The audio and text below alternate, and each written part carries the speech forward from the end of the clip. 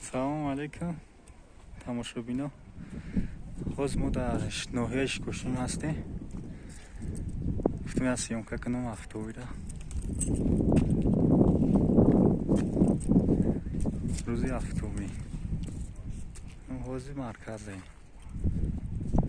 نه امانت بانکی ناحیه شکوشیم.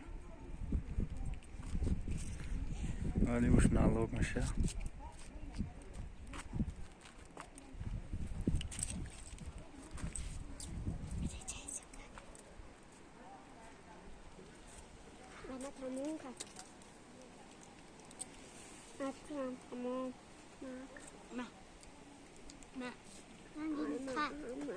هیچ مغازینی وحدتی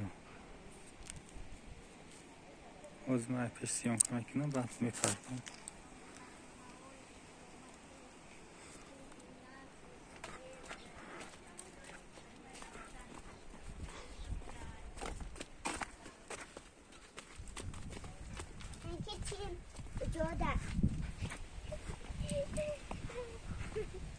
زردالو رو بینید در اینجا ناوی تکشیده کرده دوشنبه زردالو پخته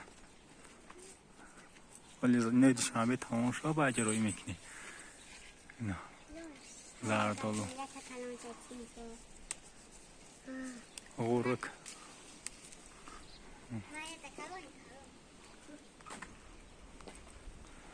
فتنه ورانکی زردالو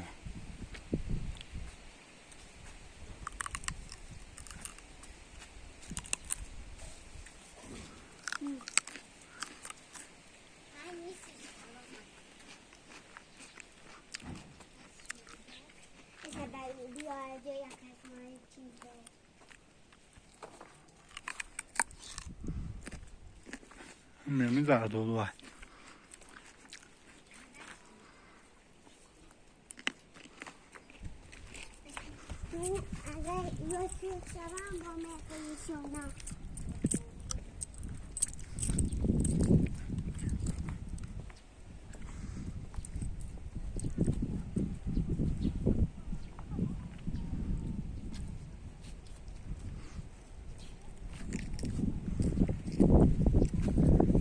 های مرکز خدمت رسانی میگافون این روز یک شنبه کار نمیکنه فقط شنبه